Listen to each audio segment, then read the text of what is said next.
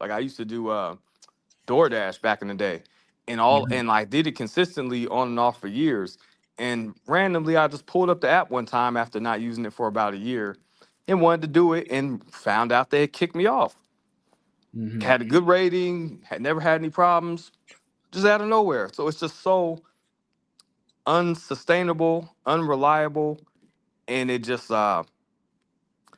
there really should be someone who, or at least a straightforward process to deal with these type of things without all this convoluted madness.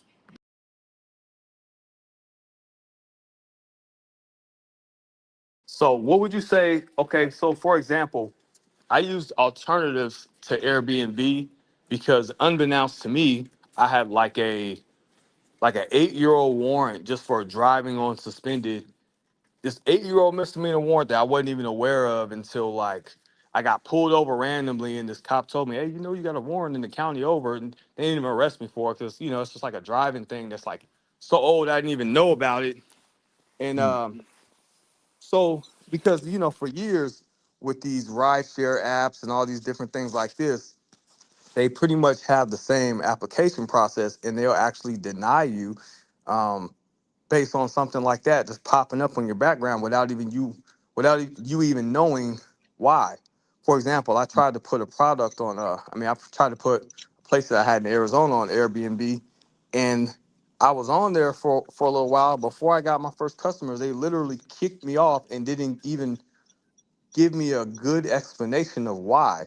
Kind of like how they'll do with like YouTube channels, or whatever platform you're on. When they cancel you, they'll give you this vague general thing saying you're booted off, or you're not going to be able to get revenue anymore, but they won't give you a real reason why or a way to fight against it.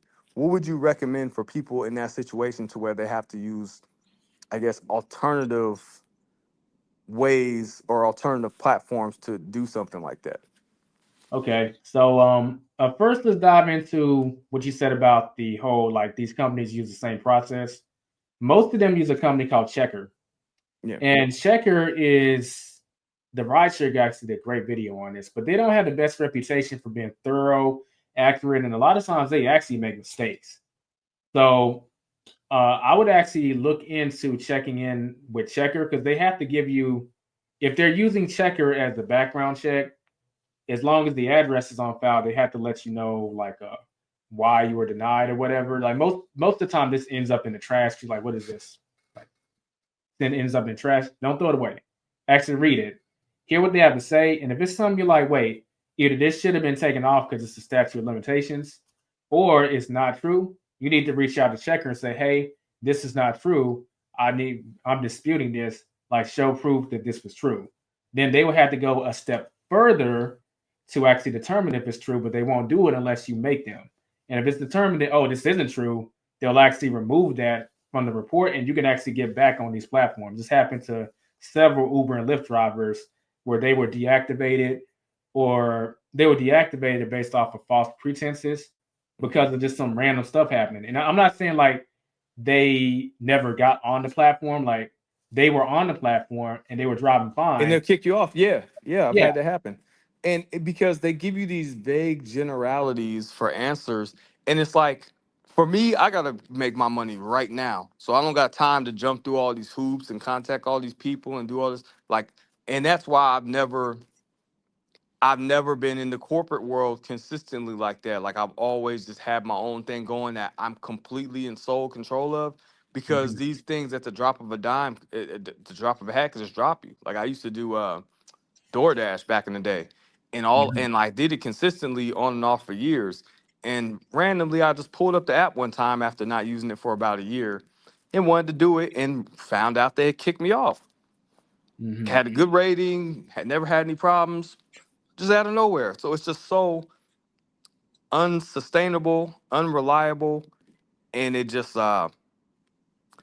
there really should be someone who, or at least a straightforward process to deal with these type of things without all this convoluted madness. Because it's kind of like I look at these companies like it's just f you pay me. Like as long as they're reaching their bottom line, they don't care about the people who are contracting with them or the customers for that matter. That's just it. Yeah, honestly, what I say to that, as time goes on, because the industry compared to other industries is still relatively new. I'll call it, well, I guess the gig economy. I guess I'll just call all of Yeah. this. And with that being the case, I do think that laws eventually will get introduced that will force a level of transparency of all these companies that they'll have to follow. So that if you do get kicked off, they have to tell you why, and there's a more streamlined process on how to reverse it if it's reversible. And this is already happening on a local level. Some places, I forgot where, but there's a city in America that they have a different process for if you get deactivated on a gig app like Uber or Lyft. You have to, I think it's a form of arbitration where essentially an office is set up and they have to hear both sides and decide whether this qualifies for deactivation or not. This name of the city, it just escapes me. I don't know why. I know at least one city has done that here in America. And I do see more local governments following, but eventually it will be done on a federal level, and that will change the game. Now, when that's going to happen, the industry's so new. So I wouldn't bank on it happening probably for another 5 to 10 years, to be honest.